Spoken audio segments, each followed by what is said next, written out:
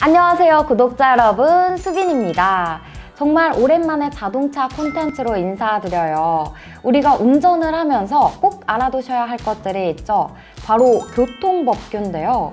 2020년도가 되면서 새롭게 바뀐 제도들이 있다고 합니다.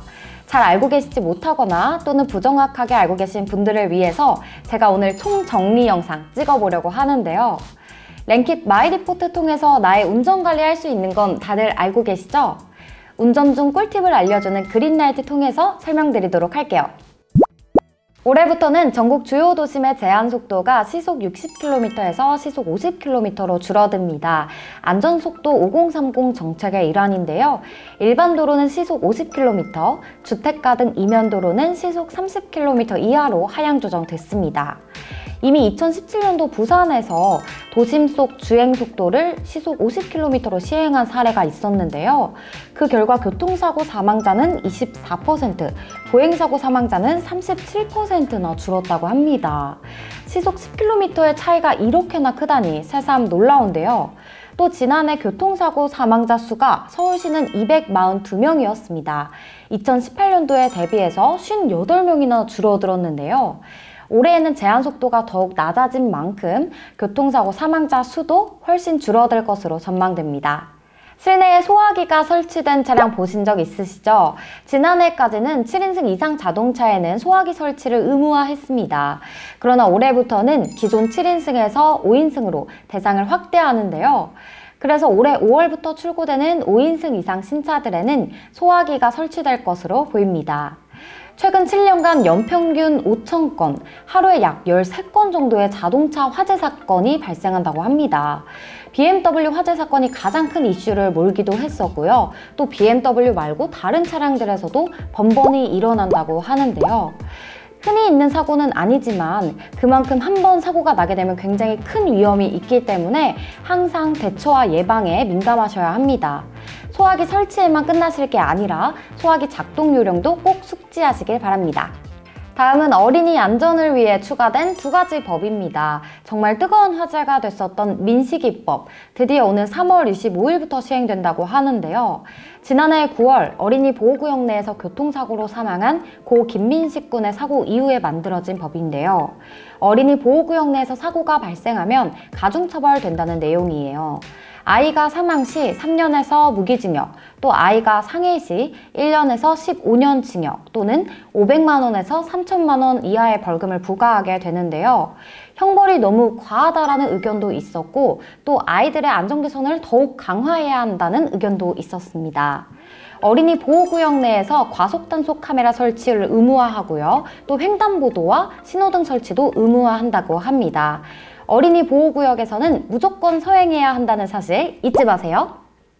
민식이법과 같은 날 시행되는 게 하준이법인데요. 하준이법은 지난 2017년 과천 서울대공원에서 사고로 숨진 고 최하준 군의 이름을 딴 개정안입니다. 운전자 부주의로 인해서 경사진 주차장에서 차량이 미끄러져 내려와서 사고가 발생했는데요. 하준이법에 따르면 경사진 주차장에서는 꼭 미끄럼 방지 시설물을 설치를 해야 하고요. 또 안내 표지판도 갖춰야 한다고 합니다.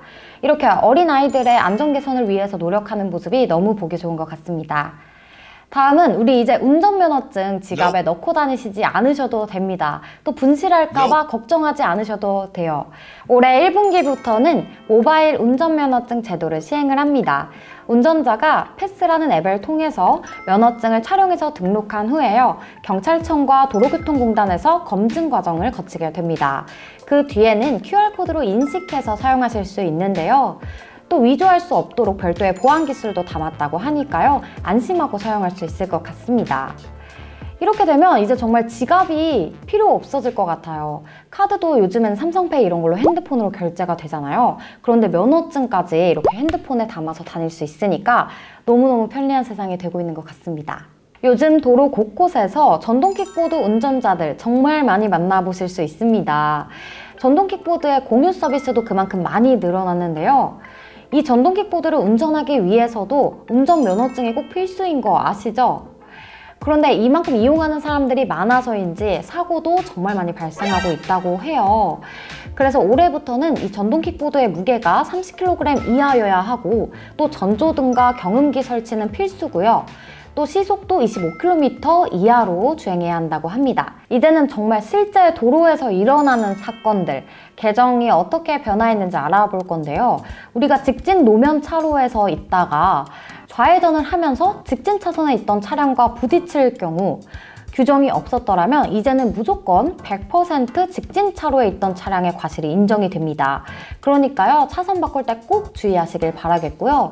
또 가장 사고가 많이 일어나는 곳, 바로 회전교차로죠. 또 그만큼 누구의 잘못이냐, 그런 거를 따지기에도 굉장히 애매한 곳이기도 해요. 원래는 새롭게 진입하는 차량의 100% 과실이 인정이 됐다면요, 이제는 바뀌었습니다. 회전하고 있는 차량이 속도를 정말 빠르게 해서 회전을 한다면 새롭게 진입하는 차량이 아무리 주시하면서 진입을 한다고 해도 사고가 날 수밖에 없겠죠. 그래서 이제는 회전하는 차량도 20% 과실이 인정이 됩니다.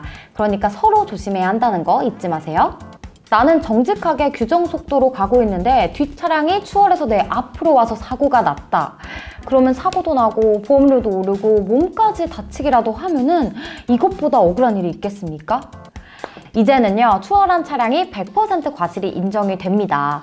그래서 앞차가 규정 속도에 맞게 천천히 가고 있다면 굳이 조금 빠르게 가겠다고 추월하지 마세요. 다 내 손해랍니다.